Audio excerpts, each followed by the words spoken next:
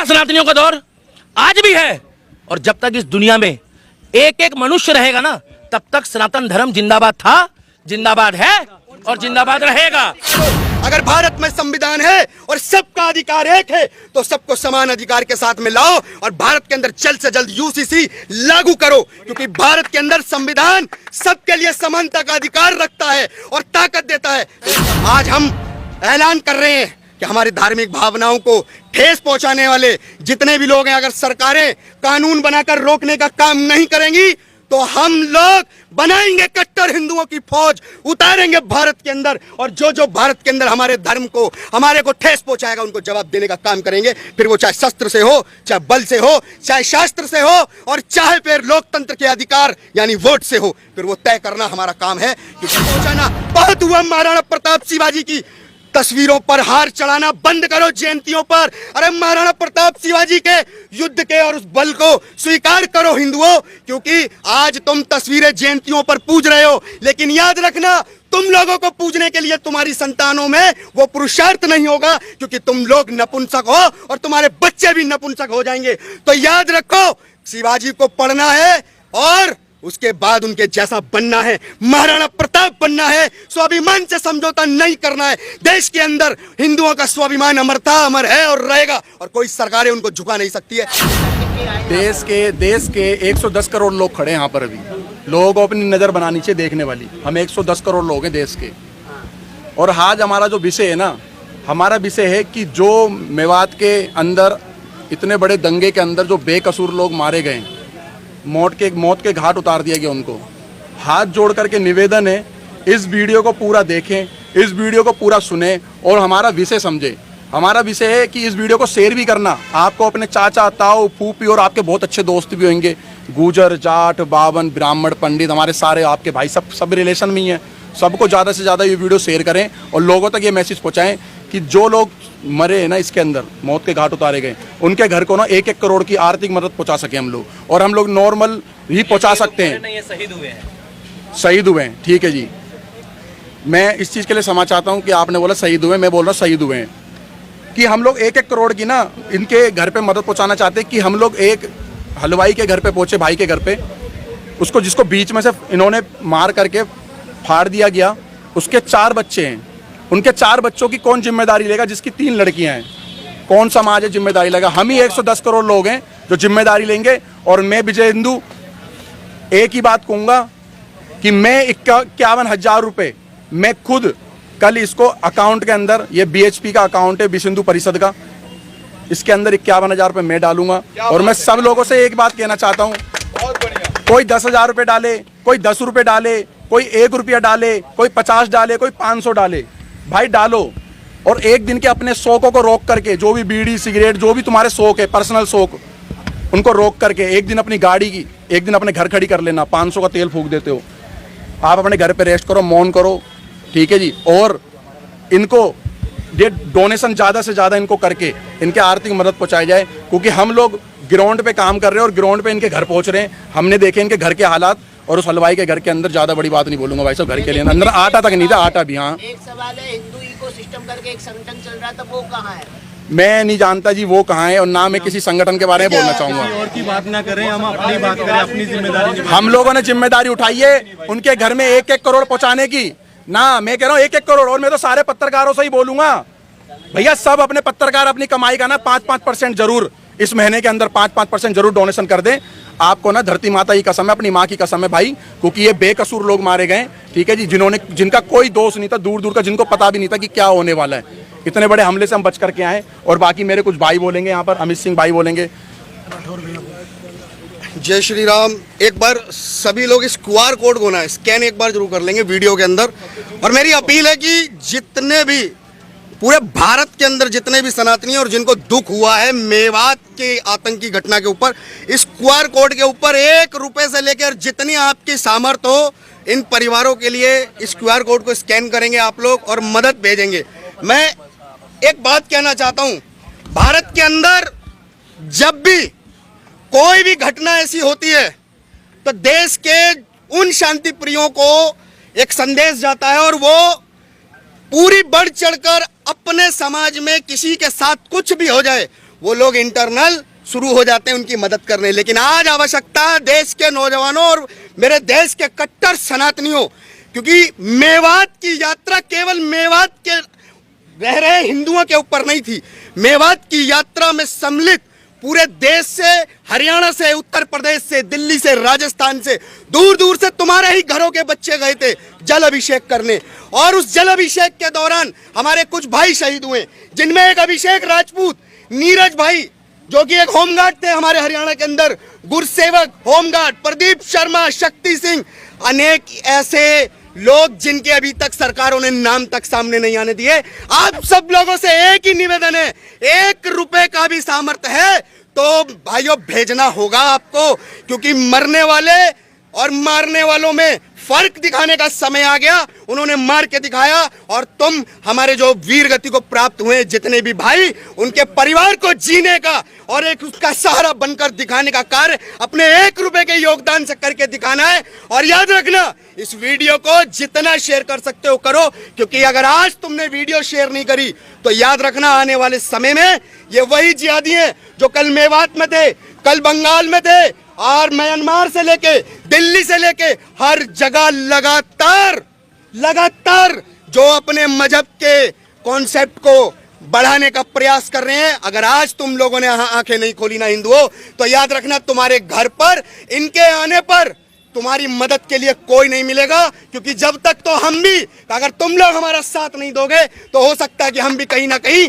शहीद हो जाएंगे। क्योंकि ये जिम्मेदारी केवल हमारी नहीं है, यह हमारे हर परिवार की जिम्मेदारी है कि वहां पर शहीद होने वाला एक एक बच्चा 125 करोड़ हिंदुओं का है। अगर 1-1 रुपए की भी मदद करोगे तो इन परिवारों तक आपकी सहायता पहुंचेगी, इस चीज की जिम्मेदारी है। और उन परिवारों तक ये संदेश पहुंचाना बहुत जरूरी है कि आज के समय में जो धर्म युद्ध अघोषित छेड़ रखा है इन जिहादियों ने, तो इस धर्म युद्ध के अंदर हिस्सा लेने वाला प्रत्येक सनातनी अकेला नहीं है। ये सिद्ध करने का समय आप लोगों का है। अब साथ आपका चाहिए।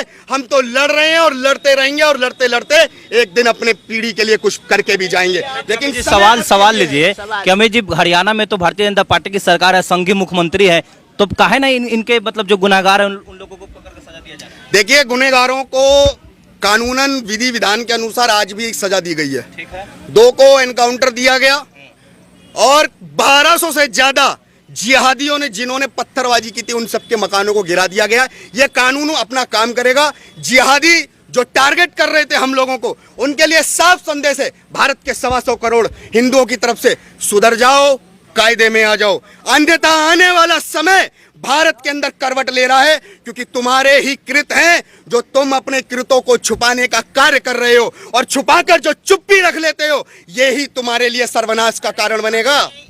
मदद की अपील तो उन लोगों के लिए भी होनी चाहिए जिन लोगों ने एक ही रात में अपने धंधे और उद्योग धंधे सब चौपट कर दिए, जिनकी दुकानों को आग लगा दिए गए, जो एक रात में आर्थिक रूप से जिनकी मृत्यु हो चुकी है। स्पष्ट कहना चाहता हूं कि जिहादियों के द्वारा, दंगाइयों के द्वारा जितना भी नुकसान जान माल तक का किया गया है, उसके लिए ही हम लोग ये QR कोड लाए हैं। और ज्यादा से ज्यादा संख्या में हिंदुओं आपको ये स्कैन करके 1 रुपया, सिर्फ बोल रहा हूं, नहीं है क्षमता 1000 की मत करना, लेकिन 1 रुपए की औकात मेरे देश का हिंदू रखता है तो कर देना 125 करोड़ हिंदुओं, क्योंकि बात हमारे बच्चों की नहीं, आने वाली पीढ़ी की है। क्योंकि अगर ऐसे ही हमारी यात्राओं पर हमले होते रहे तो याद रखना, मैं तो एक ही बात कहूंगा, फिर उसके बाद अमरनाथ भी बंद कर दो, मथुरा की भी यात्रा बंद कर दो और समस्त ज्योतिर्लिंगों को भी बंद कर दो। क्योंकि अगर हमारे को सुरक्षा देना सरकारों का कार्य नहीं है, ऐसा खट्टर साहब ने कहा कि हम सबको सुरक्षा नहीं दे सकते, तो हम भी कहते हैं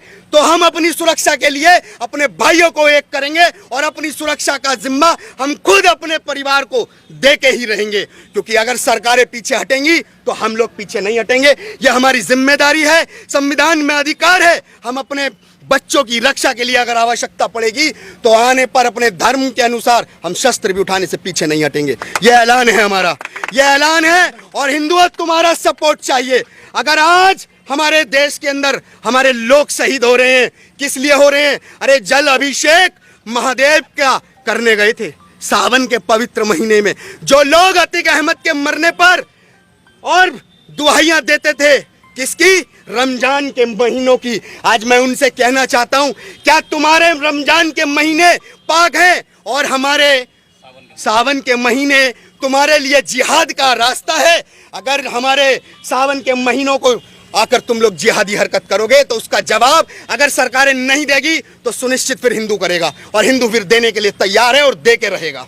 सरकार तो काम कर रही है ना, आप लोग क्यों अपने हाथ में अस्त्र लेने की बात? सरकार काम कर रही है तो वो अपना करे, हिंदू अपना काम स्वयं करेगा, क्योंकि हिंदुओं को द्वितीय दर्जे की नागरिकता देने वाले जितने नेता हैं, अगर आज मेरी आवाज सुन रहे हो आपके माध्यम से, मैं एक ही बात कहना चाहता हूं, भारत के हिंदुओं को द्वितीय दर्जे की नागरिकता से बाहर निकालो। अगर भारत में संविधान है और सबका अधिकार एक है तो सबको समान अधिकार के साथ में लाओ और भारत के अंदर जल्द से जल्द यूसीसी लागू करो, क्योंकि भारत के अंदर संविधान सबके लिए समानता का अधिकार रखता है और ताकत देता है। तो कहना चाहता हूं, खट्टर सरकार मेवात की ब्रजमंडल यात्रा में फेल थी, है और रहेगी, क्योंकि उसी सरकार की वजह से हमारी यात्रा के ऊपर आतंकी हमला हुआ है। जो लोग बैठ के सोचते हैं ना कि वहां पर पत्थरबाजी हुई है, आगजनी हुई है, अरे मूर्खों, मेरे देश के हिंदुओं, ये तुम्हारी गलत फहमी है। वहां कोई पत्थरबाजी आगजनी नहीं, केवल आतंकी हमला था,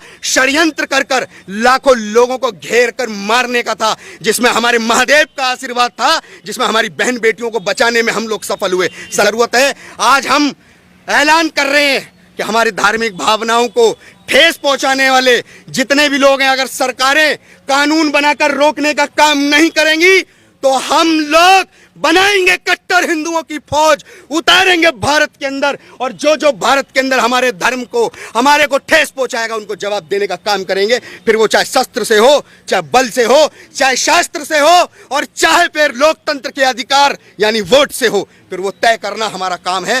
गर्व को आगे पहुंचाना। बहुत हुआ महाराणा प्रताप शिवाजी की तस्वीरों पर हार चढ़ाना बंद करो, जयंतियों पर। अरे महाराणा प्रताप शिवाजी के युद्ध के और उस बल को स्वीकार करो हिंदुओं, क्योंकि आज तुम तस्वीरें जयंतियों पर पूज रहे हो, लेकिन याद रखना, तुम लोगों को पूजने के लिए तुम्हारी संतानों में वो पुरुषार्थ नहीं होगा, क्योंकि तुम लोग नपुंसक हो और तुम्हारे बच्चे भी नपुंसक हो जाएंगे। तो याद रखो, शिवाजी को पढ़ना है और उसके बाद उनके जैसा बनना है, महाराणा प्रताप बनना है, स्वाभिमान से समझौता नहीं करना है। देश के अंदर हिंदुओं का स्वाभिमान अमर था, अमर है और रहेगा, और कोई सरकारें उनको झुका नहीं सकती है। ये जो लोग हैं ना भाई साहब, ये केवल हिंदू हैं, इनकी शक्ल देख लो एक बार, चेहरा देख लो, और इसमें से ना हमने उनकी फोटो भी लगाई है जो सेवा दे रहे थे वहाँ। इसका कोई लेना देना भी नहीं था। अगर इनका लेना देना होता ना तो सिख भाइयों को भी आगे आना चाहिए ना इनके लिए। मेरे भाई, ये तो परिवार के लिए सेवा कर रहे थे, इनको सैलरी मिलती थी, इस चीज़ के लिए सैलरी मिलती थी, चाहे होम गार्ड के हो, चाहे हरियाणा के हो, चाहे पंजाब के हो। इन्होंने तो वहाँ पर जय श्री राम के नारे नहीं लगाए थे, इन्होंने तो वहाँ पर ये नहीं कहा था कि भैया मैं मोनू की या वो बिट्टू बजरंगी की सपोर्ट में आया हूँ। ये तो वहाँ ड्यूटी कर रहा था बंदा। हम लोग परिवार के साथ गए थे। और दूसरी बात यह है कि देखो भाई साहब, हम इनकी भाषा में जवाब नहीं देंगे, हम उस भाषा में देंगे जो आवाज़ बहुत दूर तक पहुँचे। चप्पल नहीं छोड़ कर आए हैं, इतिहास के पन्नों में मेवात लिखा जाएगा, इतिहास बनाएंगे। महाराणा प्रताप ने अगर हिंदू के लिए, सनातनियों के लिए लड़ाई लड़ी है तो महाराणा प्रताप, शिवाजी राव और पृथ्वीराज सिंह चौहानों ने चौहानों के लिए नहीं लड़ी है। मगर जो कुछ लोग एजेंडा चला रहे हैं कि ठाकुरों दूर हो जाओ, जाटो दूर हो जाओ और पंडित दूर, ये गलत एजेंडा चला रहे हैं। और तीसरी बात, 4 दिन बाद मेवात में जब बुलडोजर की कार्रवाई हुई तो चप्पल तो छोड़ो, वहां पर एक भी आदमी नहीं दिख रहा। भाई साहब, वो आदमी कहाँ चले गए? सारे कहाँ चले गए भाई साहब? वो आदमी कौन? धरती निकल गई, आसमान खा गया? आप ही बता दीजिए ना भाई साहब, मिला कोई आदमी? आप लोग जैसे पत्रकार करेंगे, देखिए ब्रेकिंग न्यूज, कहाँ थे वो आदमी जब मकान तोड़े जा रहे थे? वहां खाली आपको बुरखे वाले और घूंघट वाली लड़कियां मिली है, वहां सारे के सारे चले गए। तो प्रशासन अगर पहले एक्टिव होता तो ऐसी घटना नहीं होती। और आज जो हुआ है वो ठीक हुआ है, मगर बहुत अच्छा नहीं हुआ है। हमें नहीं चाहिए था आज वाला सिस्टम ऐसा, हमें चाहिए था उत्तर प्रदेश मॉडल कि ना तारीख ना सुनवाई, वही फैसला। फिर उसके बाद वो लोग कहते कि हमें बुरा लगा, तो हम कहते हाँ ठीक है, हो सकता लगा होगा, क्योंकि दुख हमें उतना ही है और ये सारे हिंदू हैं। अगर इसमें से एक भी गैर हिंदू होता ना तो हमें लगता कि ये टारगेट करके नहीं करा गया है। तो चप्पल चुप्पल की बातों को छोड़ो, सृष्टि की रचना ब्रह्मा विष्णु महेश ने करी है। कभी इतिहास के पन्ने खोल के देख लो, और हिंदुओं का दौर सनातनियों का पहले भी था, आगे भी, रुक जाओ भाई साहब प्लीज, पहले भी था सनातनियों का दौर, आज भी है, और जब तक इस दुनिया में एक एक मनुष्य रहेगा ना, तब तक सनातन धर्म जिंदाबाद था, जिंदाबाद है और जिंदाबाद रहेगा। और आपको बता दूं, फिर टोक रहे हो बीच में, ये आपस में ही चले जाएंगे एक दिन लड़ लड़ के। हम लोग थोड़े दिन के लिए, हो सकता है कि इसमें कोई हमारा आने वाले टाइम पे जो बट रहे हैं उसमें फायदा हो सकता है, मगर नहीं बटना चाहिए। और मेवात यात्रा के लिए सरकार की परमिशन की जरूरत पड़े या ना पड़े, हम लोग चुपचाप जाएंगे, अपने आराध्य को शिवलिंग में दूध चढ़ाएंगे और उसके बाद जय श्री राम का नारा लगाएंगे और आ जाएंगे। अगर सरकार को लगता है कि जय श्री राम के नारे से अराजकता फैलती है, तो सबसे पहले मोदी और योगी जी को बोलो जय श्री राम का नारा लगाना बंद करें। उस दिन के बाद से दिल्ली का दीपक ये नारा लगाना बंद कर देगा। मैं जब तक इस धरती में हूं, मैं जय श्री राम और हर हर महादेव बोलूंगा। आज के मुद्दे को राजनीतिक बनाने के बजाय सिर्फ ये पूछो कि इन लोगों के लिए, ये जो लोग हैं, इन लोग वहां सिर्फ यात्रा में गए थे, इन्होंने कुछ जवाबी कार्रवाई भी नहीं करी, परिवार गए थे, बच्चे गए थे, और जो क्वाड कोर दिया गया इसमें ये यूपीआई वाला, इस नंबर पे 1 रुपये, 2 रुपये, 10 रुपये, ये भाई साहब हम किसी अपने लिए नहीं मांग रहे हैं, ये उन परिवारों के लिए मांग रहे हैं। और उसके बाद जो एक पत्रकार ने बात बोली कि वहां पर जो आगजनी में जो हुआ है, हम इस बारे में इन संस्था से बात करेंगे कि आप उनकी भी मदद करिए। हर चीज़ का एक बात का जवाब होता है, अगर वो कर पाएंगे इसमें से जो भी आएगी आर्थिक मदद के बाद, तो हम उसके लिए भी कहेंगे। मगर ये चप्पल जूते वाली जो बातें कर रहे हैं ना, ये इनकी गंदी राजनीति, और ये जो हंस रहे हैं, ये हंस रहे हैं, मैं कहना नहीं चाहता था, एक टाइम इनका भी था जब अतीक हैशटैग चला था। इतनी बात बोल के खत्म करता हूं, ईंट का जवाब पत्थर से अतीक हैशटैग चल रहा था तुम्हारा, और अभी भी ट्रेंडिंग में है, चेक कर लेना। हाँ, वो एक ज्यादा राजनीति नहीं, राजनीति के सवाल नहीं, एक सवाल है कि दीपक जी आप बोले हैं कि हम जब तक दुनिया रहेगी तब तक हिंदू रहेगा, लेकिन इस तरह से हिंदुओं को जब टारगेट किया जाएगा तब कैसे रहिएगा? ये बात भाई साहब, ये मोदी जी देखेंगे, ये योगी जी देखेंगे, ये खट्टर जी देखेंगे। हमारा कार्ड है, हमारा काम है, हमारे पास एक कार्ड है, उस कार्ड का नाम है लोकतंत्र, उसको कहते हैं वोट। जब एक हिंदू बच्चा करेगा, 2 करेगा, तो भाई साहब वोटों से तो फिर जीतेंगे ना वो लोग। तो क्या बिल्कुल वोट हमारे होंगे अगर हमारे पक्ष में। योगी जी कैसे आए हैं प्रशासन में? योगी जी को सबने वोट दे दिया ना वहां पे, उसमें मुसलमानों ने भी वोट दिया उनको, जब ही जीते हैं भाई। वो एक तरफा वोटिंग नहीं हुई है। और फर्क वही है कि मेवात वाले जो है वो पत्थर और वो बरसा रहे हैं गोलियां, और उधर वाले जो है वो फूल बरसा रहे हैं, फर्क है। तो हम तो यही कह रहे हैं कि ना छेड़ो हमें, हम सताए हुए हैं। और योगी जी को वोट करते हैं क्या? भाई साहब नहीं करते होंगे, नहीं आप बता दीजिए, आपको लगता है? पता नहीं भाई साहब, आप सर्टिफिकेट बांट रहे हो तो मुझे नहीं मालूम है, ये बातों का सेंस नहीं है। अब ये है कि इसको करो, डरा डूरा कोई नहीं है भाई साहब, ये बेकार की बातें हैं, इसको करो। और इस देश में ना, अगर नहीं यकीन आ रहा है, डरा हुआ ही है, उसने लोलो मॉल बनाया हुआ है, वहां पे चेक कर लो, वो करोड़ों रुपए का है, वो भी योगी जी के राज में ही बना है। अगर डरे हुए होते तो करोड़ों रुपए का मॉल नहीं बनता उत्तर प्रदेश में। बिल्कुल सही। एक बार ये कवर कर लीजिए भाई, एक बार वो क्यूआर कोड ले आइए भाई, क्यूआर कोड दे दो, क्यूआर कोड दे दो भाई साहब, देखो भाई क्यूआर कोड एक बार और दिए भाई, एक बार ये कवर कर लो भाई।